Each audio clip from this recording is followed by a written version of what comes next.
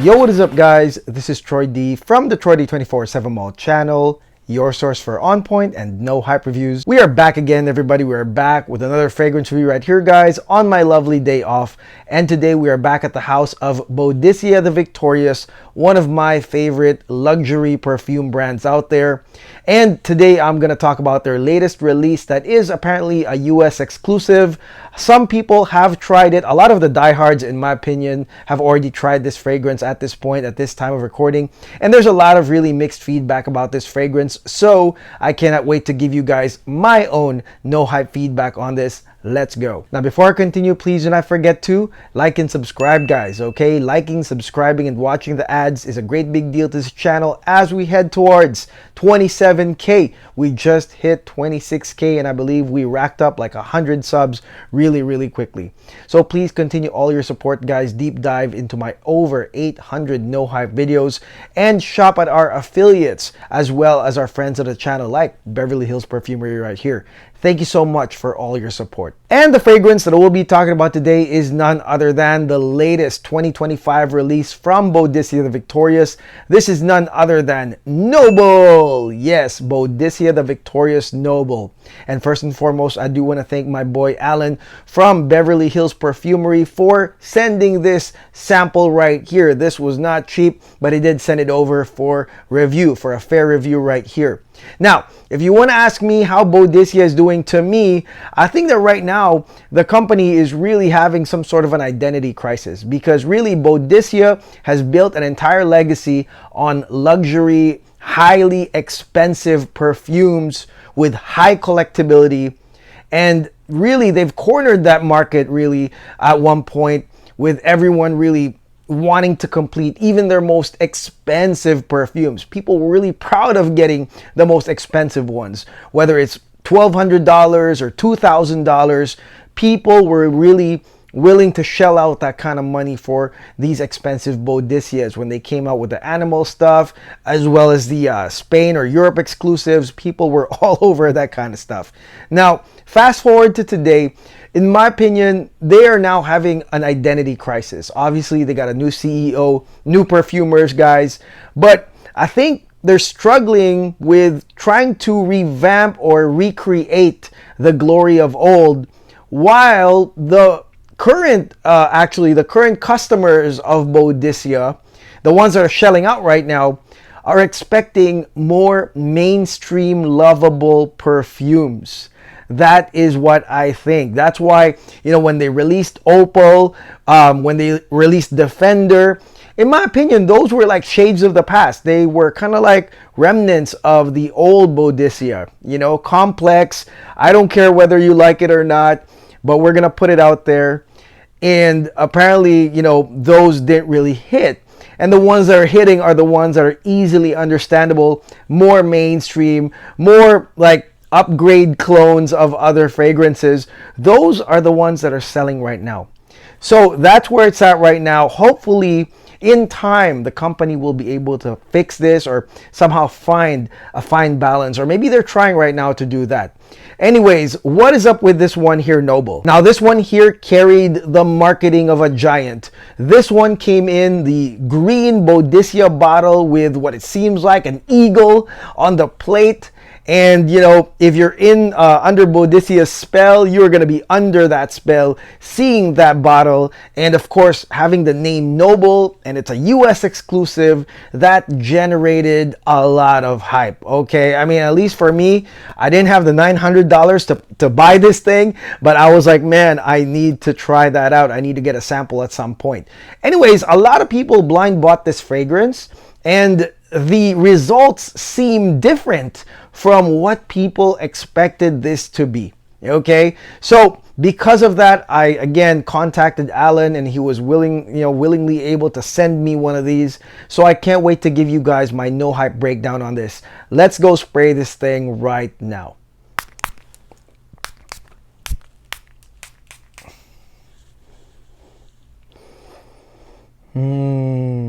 Okay guys, now let's talk about this fragrance right here, the latest Boadicea the Victorious fragrance for 2025, Noble. Starting with this opening right here, which of course I mean, if you don't read the notes ahead of time, you don't know anything, this might have caught you off guard, because this opening right here is fruity floral, okay? And of course, rosy, all right? Rose is the spotlight note of this fragrance right here, a beautiful high quality damask rose.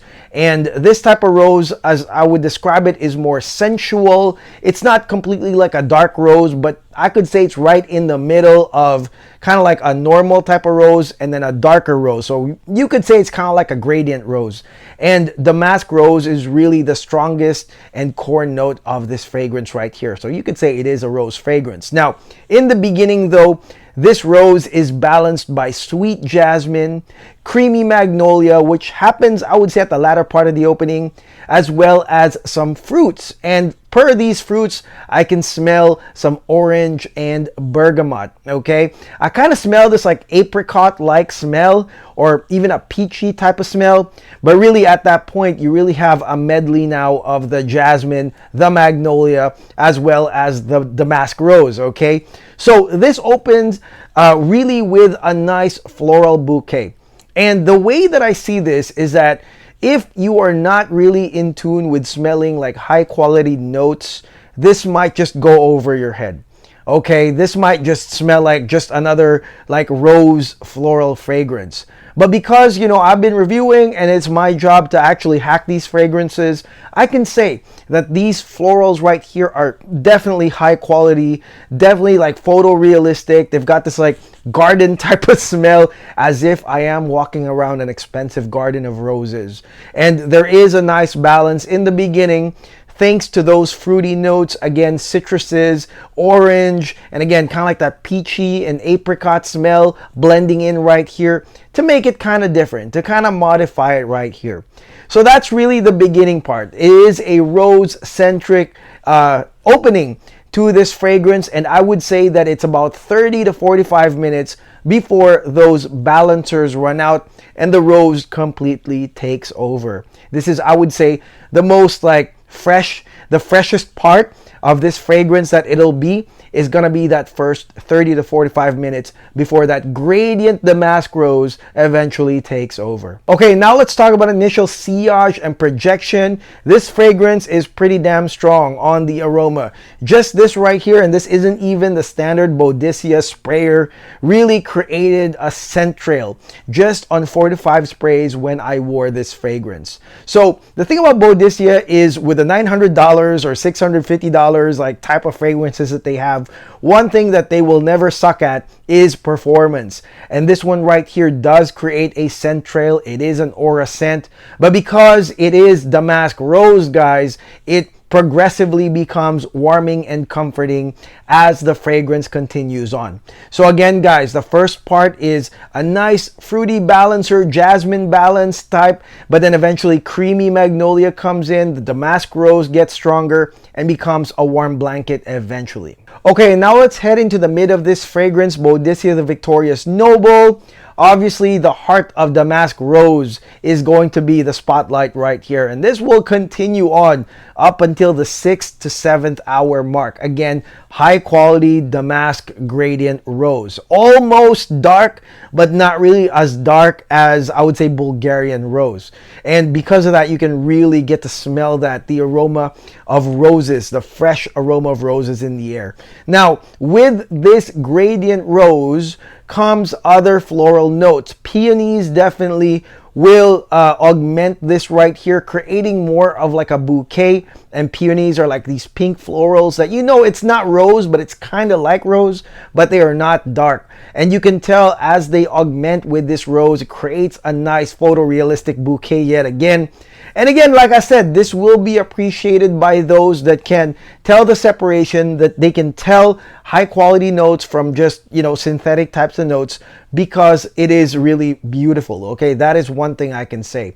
And then eventually there's Orris, which provides some powdery comfort down the line into this fragrance as it becomes, like I said, a gradient. It goes from the freshest it'll be with the jasmine and fruity balancers, But then of course, gradient goes into a sunset right here with comforting powdery orris, guys. Okay, so again, you've got orris, you got peonies, you got the damask rose continuing on until the dry down. It is a beautiful bouquet right here, warming, semi-dark, and definitely, I would say, niche as hell. Okay, now let's head into the dry down of this fragrance right here, Boadicea the Victorious Noble. Now, the dry down to me is quite expected. Okay, first and foremost, amber is gonna be at the forefront of this dry down that starts 6 hours into the fragrance right here. And golden amber, it's not ambergris, it's golden amber, as in honeyed amber, is a standard that I've seen a lot in Boadicea the Victorious fragrances, with fragrances that they have that go into a fall winter type of usage or a type of sunset gradient. Definitely honeyed amber is going to be right here. And of course, if you have a rose centric fragrance, patchouli is going to be there at the dry down. It gets earthy with oak moss and patchouli. You got patchouli with its woodiness, the dark woods and earthiness of patchouli comes in this dry down as well. Gradient musk, without a doubt, is going to be there. So, you know, these are the usual suspects of, you know, kind of like the fall winter Boadicea fragrances that are rose centric, rose ouds, rose centric. They do end with amber, musk, patchouli, and some oak moss right here for some earthiness, guys. It's a nice expected dry down to me. Okay, so what do I think of this fragrance right here, Boadicea the Victorious Noble? I can describe it, but I know a lot of y'all want to know what I think. And here's what I think.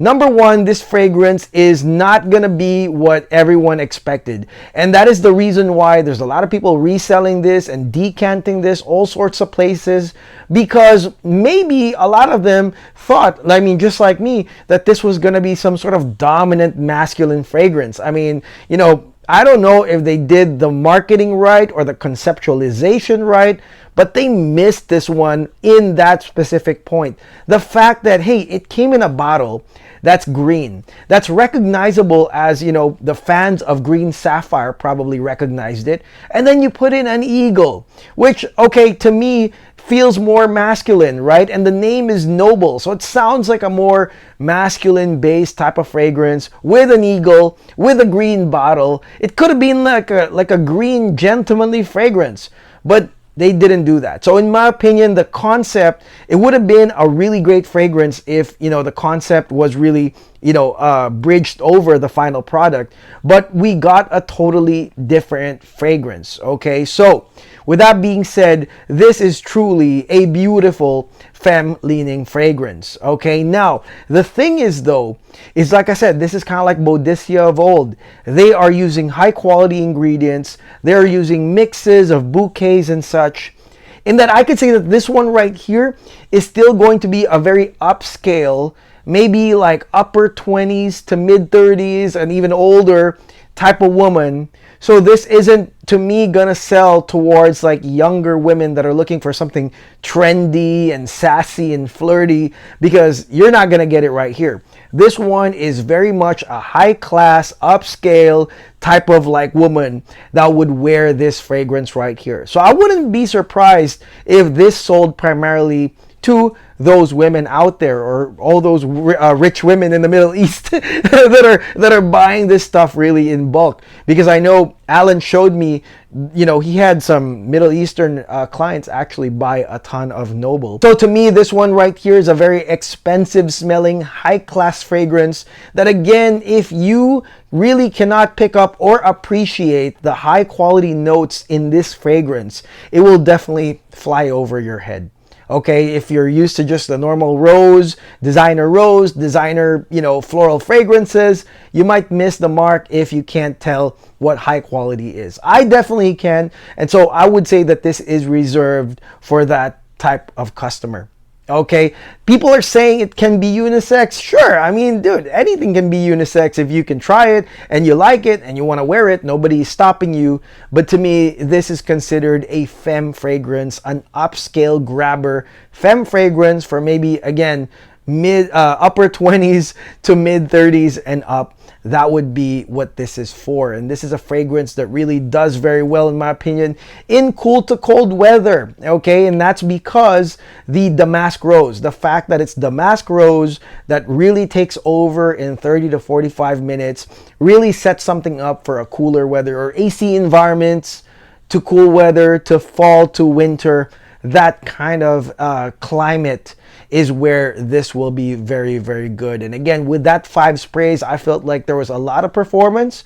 So I feel like this one is also created to create a very nice blanket, a warm blanket for, you know, the client that's wearing this, because it will withstand cool to cold weather right here. Okay, now total performance to me was way over 12 hours, and that's because, like I said, this is that power packed amber patchouli musk ending that's in a lot of Boadiceas that really make it go way past the 12-hour mark. Again, that's one thing I will say, whether you spend $600 to $900 to $2,000 on these Boadiceas, they never fail on performance. They do perform very well. They're very strong if you want them to, and they last very, very long. So over 12 hours total performance on this one. Okay, and finally, let's look at the cost of Boadicea the Victorious Noble, and is this a full bottle worthy fragrance? Okay, first and foremost, this is $935. That's not even really counting the tax that you would get, but definitely it would be over $1,000. Is this worth over $1,000? I think that it depends on the user, because most will say it's not. However, for me, I mean, I'm almost done with this juice, and Alan did send me a lot. To me, it grew on me. The more I got to wear this full wear, okay, not just a spray on my hand right here, but full wear, I got to appreciate more that floral bouquet that's so high quality, the rose, the peonies, the orris, and the magnolia, really coming together right here with that amber and musk right there. And, you know, the more I wore it, the more I started appreciating, okay, this actually does smell pretty expensive to me. Okay, and again, it might fly over most people's heads. So in my opinion, if you know, are really out there in the market for a very upscale rose-centric fragrance, then get a sample from my boy Alan at Beverly Hills Perfumery. I mean, to me, like I said, there's thousands of y'all, 26,000 of y'all that watch my videos, and so I can't really pinpoint and say what you're supposed to think about this stuff. In my opinion, test these fragrances. And the beautiful thing is, Alan has Noble in decant format that you can purchase. So a decant over at Beverly Hills Perfumery is only 25 bucks for this 2 ml spray, which is really, I think, a good way to try this, because you would have, I would say, a nice like 5 or 6 full sprays of this that you can really wear all day, all night.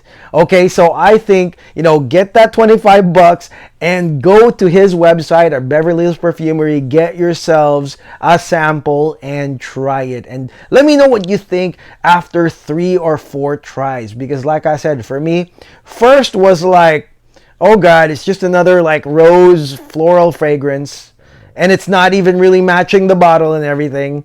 But again, after the 2nd or 3rd try, I was like, wow, okay, I'm starting to appreciate the nice floral bloom of this fragrance right here. All right, and that is it. That is my no hype review on Boadicea the Victorious Noble. Let me know in the comments below what y'all think of this fragrance right here. Did you like it? Did you not like it? Do you think it's unisex at all? I would love to know your comments below. And I will also share the link on top of Beverly Hills Perfumery. I'm going to send you the link to the group page called We Smell Victorious. Okay, so this is kind of like a fan page, collector's page on Facebook for Boadicea, and we've got a lot of wonderful people out there sharing thoughts and, you know, selling bottles and, you know, communicating with each other, really sharing the hype and the fanfare on Boadicea. I want to thank y'all guys, because y'all have been very supportive of this channel as well. So I'll link them below as well. And that is it. I will see you guys on the next video. Thank you so much for watching. I've got another one coming through,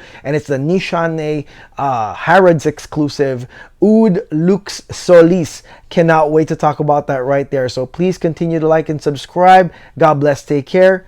Peace.